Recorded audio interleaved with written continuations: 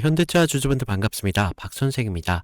자, 지금 현대차가 52만 6천 원대의 흐름을 좀 가져가고 있죠. 그래서 지금 어제도 굉장히 큰 음봉이 좀 나왔고, 오늘도 추가적인 하락이 좀 나와주고 있습니다. 그래서 오늘은 서킷 브레이커가 좀 발동이 됐죠. 지금 지수가 8% 이상 좀 급락이 나왔고, 지금 프로그램 매매가 전체적으로 중단이 됐습니다. 지금 이란과 미국에 대한 전쟁 이슈가 좀 커지면서 글로벌적 리스크가 시장 전체에 영향을 줬다는 겁니다. 그런데 우리가 현대차 조금 다르죠? 현대차는 지금 내수주만 있는 게 아니라는 거예요. 왜냐? 수출에 대한 비중도 굉장히 크고, 그리고 환율과 글로벌적인 수요, 거기에 앞서 미국, 그리고 유럽에 대한 소비 흐름에 직결되는 그런 종목이다 보니까 이런 글로벌적인 이슈가 터지면 직접적인 영향이 좀 나옵니다. 그래서 우리가 지금 이런 하락은요, 개별적인 악재라기보다는 글로벌적인 리스크가 들어오면서 거기에 지수라는 충격이 나왔다는 겁니다. 그런 것들이 지금 동시다발적으로 주가에 영향을 주고 있다는 건데, 많은 분들이 지금처럼 이런 하락이 나오면 어때요? 일단 불안해 하실 수밖에 없어요. 그래서 최근 68만 7천 원까지 좀 고점을 찍었었는데 이런 흐름이 나오다 보니까 흔들릴 수밖에 없다는 겁니다. 그래서 좀 주주분들 지금 같은 구간에서 우리가 불안해할 것만은 아니라는 겁니다. 왜냐?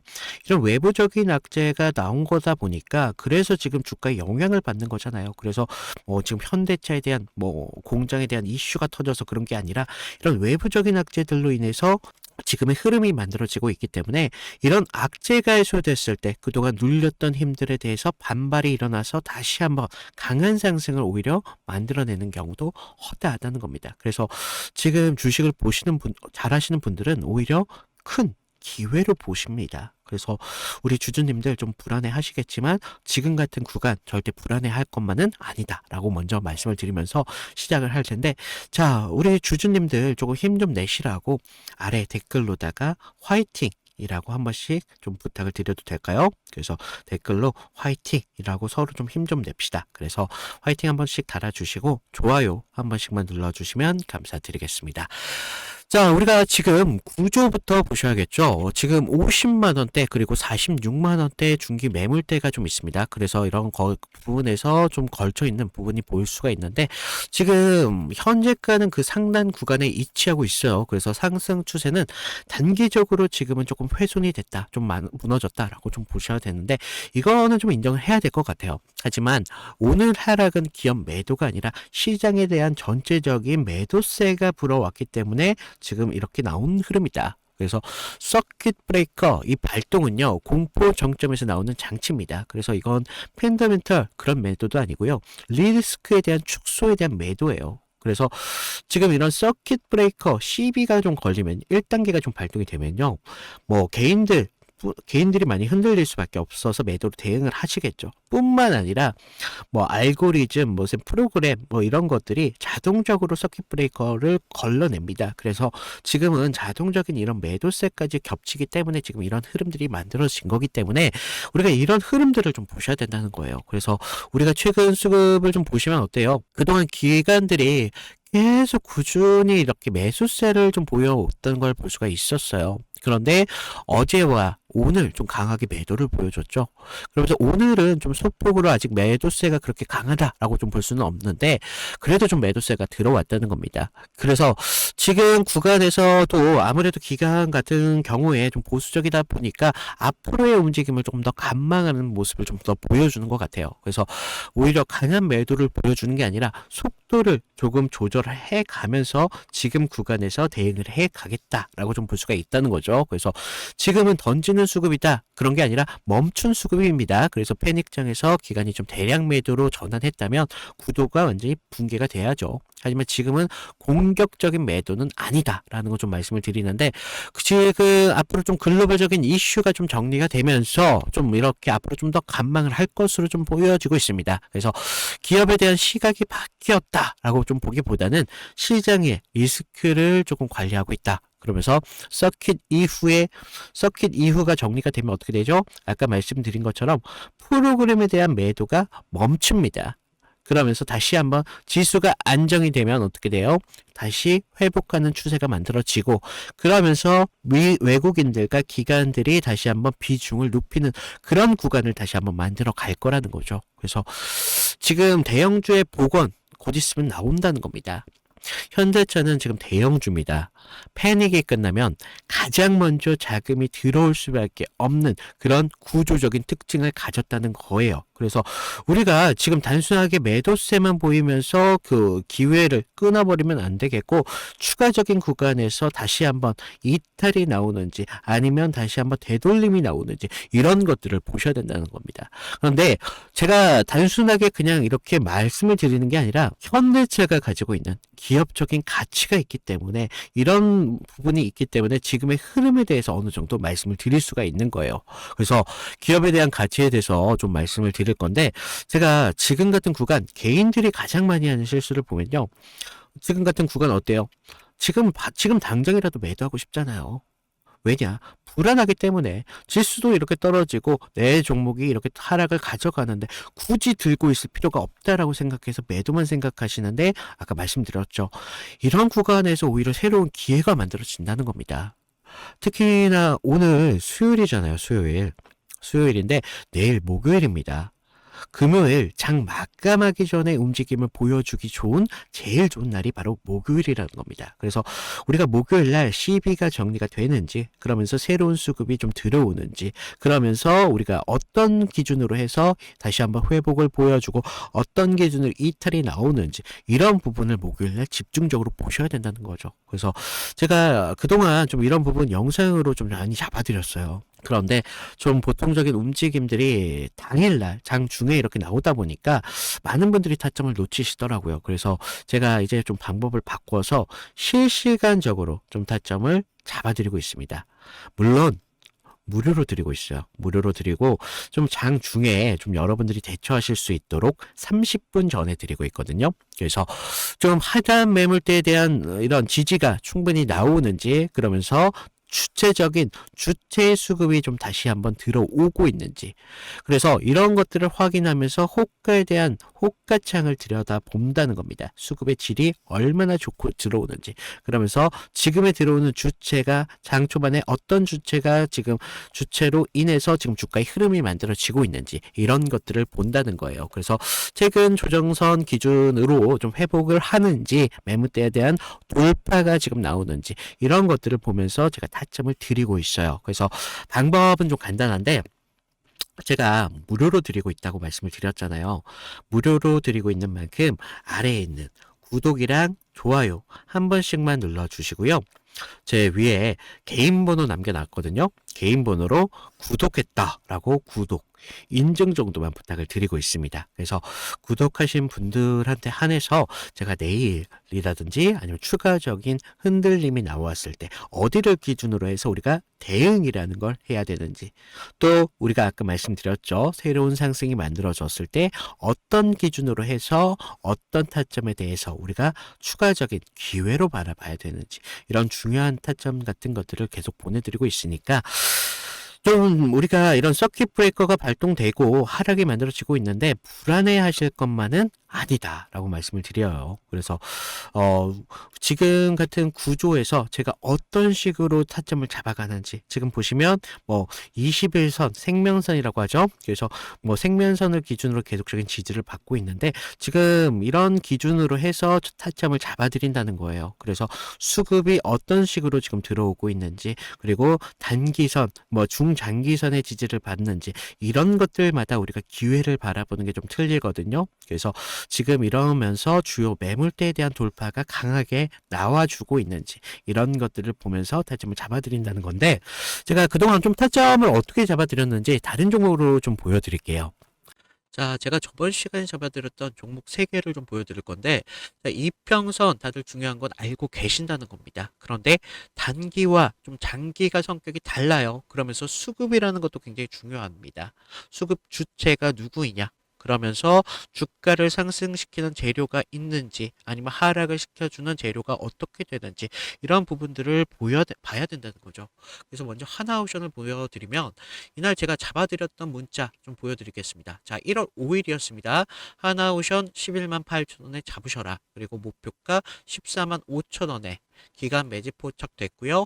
정배열 전환 초입 공략을 하셔라 라고 말씀드렸습니다. 그래서 오전 11시 35분 중간에 좀 말씀을 드렸는데 자, 날짜를 보시면 이날이었어요. 이날 1월 5일 날 11만 4,900원의 시가를 시작했죠. 근데 저는 11만 8천 원에 잡으라 라고 말씀을 드렸습니다. 그래서 우리가 여기서 중요한 건 가격이 아니라 왜 이 1월 5일 이 자리였느냐 여기가 좀 중요할 수밖에 없어요. 당시 시장은요, 그때 조선 테마로만 좀 보고 있었습니다. 그런데 본질은 좀 달랐다는 거죠. 미 해군, 이 MRO가 좀 중요한데, 이게 왜 크냐면요.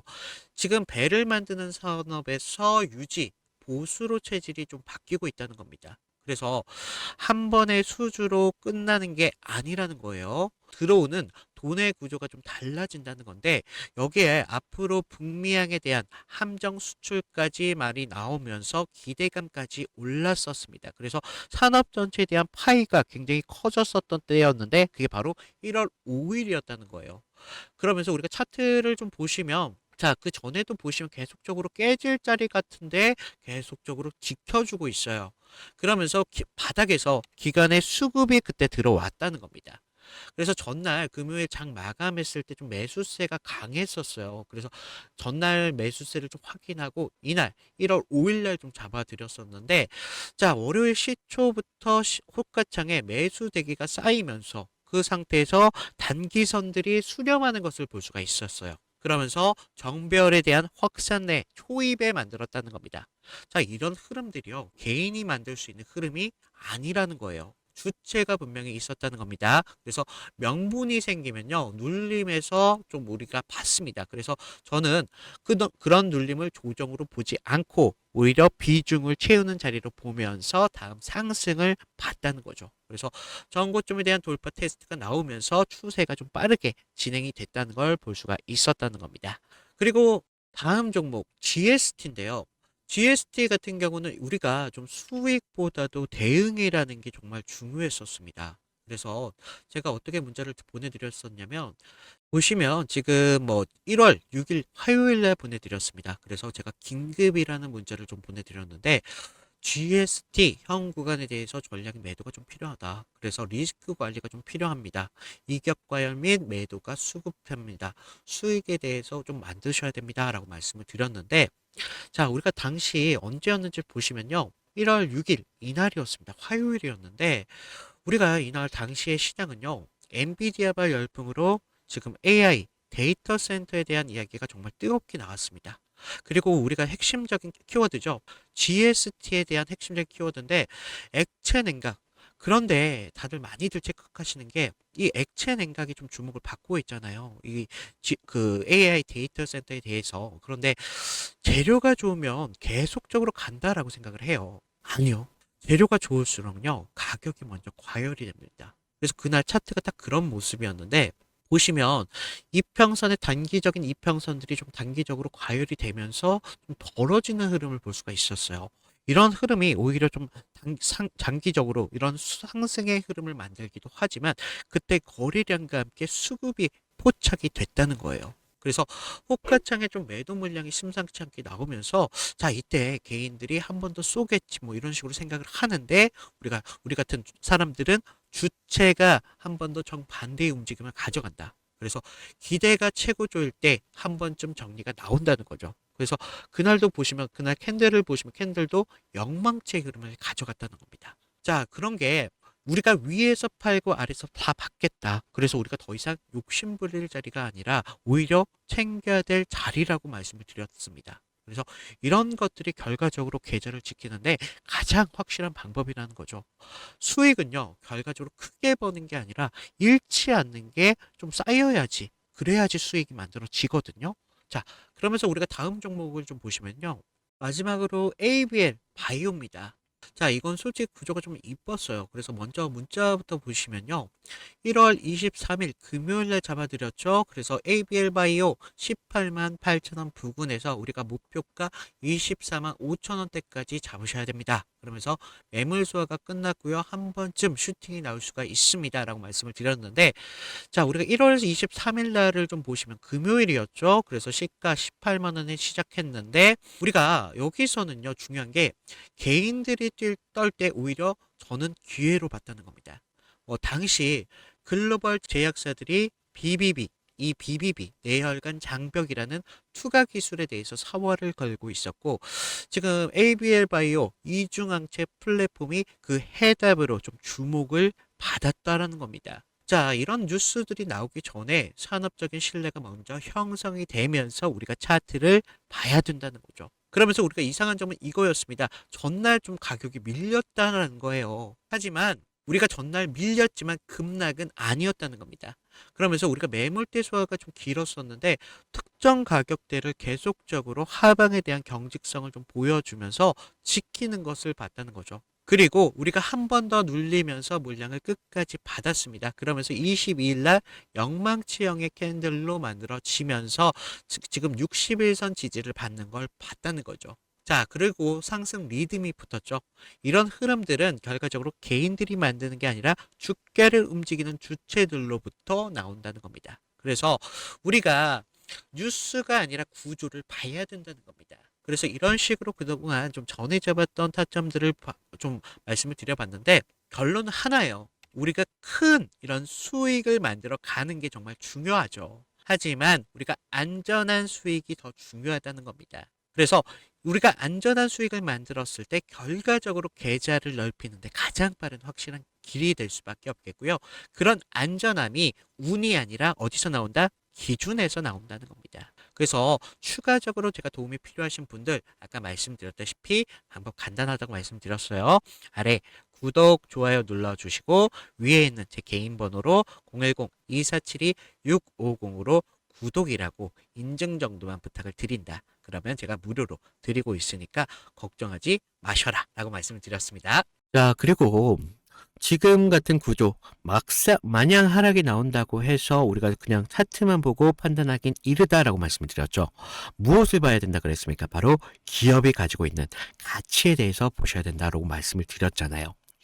우리가 이 가치에 대해서 모르고 그냥 하락이 나온다고, 그냥 상승이 나온다고 따라가면 안 된다는 거예요. 이런 가치가 결과적으로 주가의 전반적인 흐름을 만들어낸다는 겁니다. 그래서 좀 기업 가치에 대해서 말씀을 드릴 건데 좀 쉽지가 않죠. 그래서 좀 어려운 얘기일 수도 있는데, 자, 우리가 좀 쉽게 말씀을 드릴게요. 현대차 같은 경우는 글로벌적인 이런 완성차를 만드는 기업이죠. 이 정도까지 쉽죠. 그러면서 지속 성장에 대한 흐름이 지금 계속적으로 만들어지고 있습니다. 그래서 그동안 지금 전 세계적으로 전기차뿐만 아니라 이런 SUV에 대한 판매가 계속적으로 확대가 되고 있어요. 그러면서 좀 환율적인 효과도 좀 겹쳐다 보니까 좀 영업이익이 지금 사상 최다치까지 기록을 했다라고 나오고 있습니다. 그래서 지금 OPM을 좀 보시면요.